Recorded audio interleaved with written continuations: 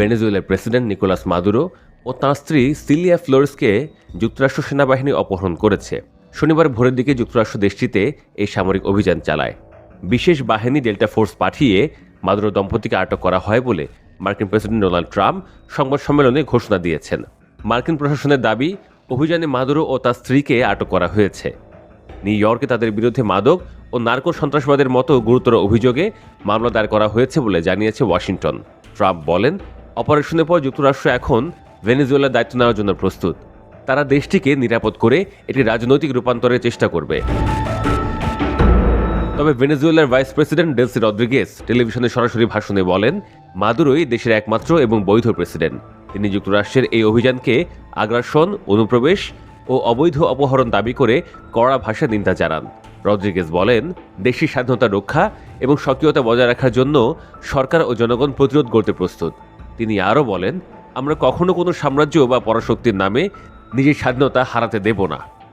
Rodriguez দেশের জনগণকে শান্ত থাকার অনুরোধ করেন। তিনি জানান, সরকার দেশব্যাপী সর্বাত্মক প্রতিরক্ষা ব্যবস্থা চালু করেছে।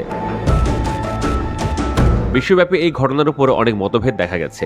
কিছু দেশ এবং আন্তর্জাতিক নেতারা যুক্তরাষ্ট্রের এই পদক্ষেপকে আইন ও রাষ্ট্রীয় সার্বভৌমত্বের প্রতি আঘাত হিসেবে দেখছেন। জাতিসংঘের নিরাপত্তা পরিষদে এ নিয়ে জরুরি বৈঠকের আহ্বানও এসেছে। রাশিয়া ও ইরান সহ অনেক দেশ এই হামলার তীব্র নিন্দা জানিয়েছে।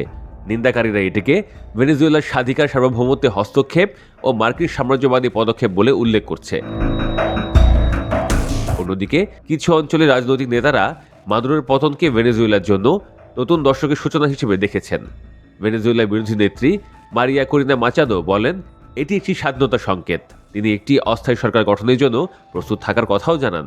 এই ঘটনাকে মার্কিন বিদেশ নীতির গুরুত্বপূর্ণ মাইলফলক হিসেবে দেখা হচ্ছে।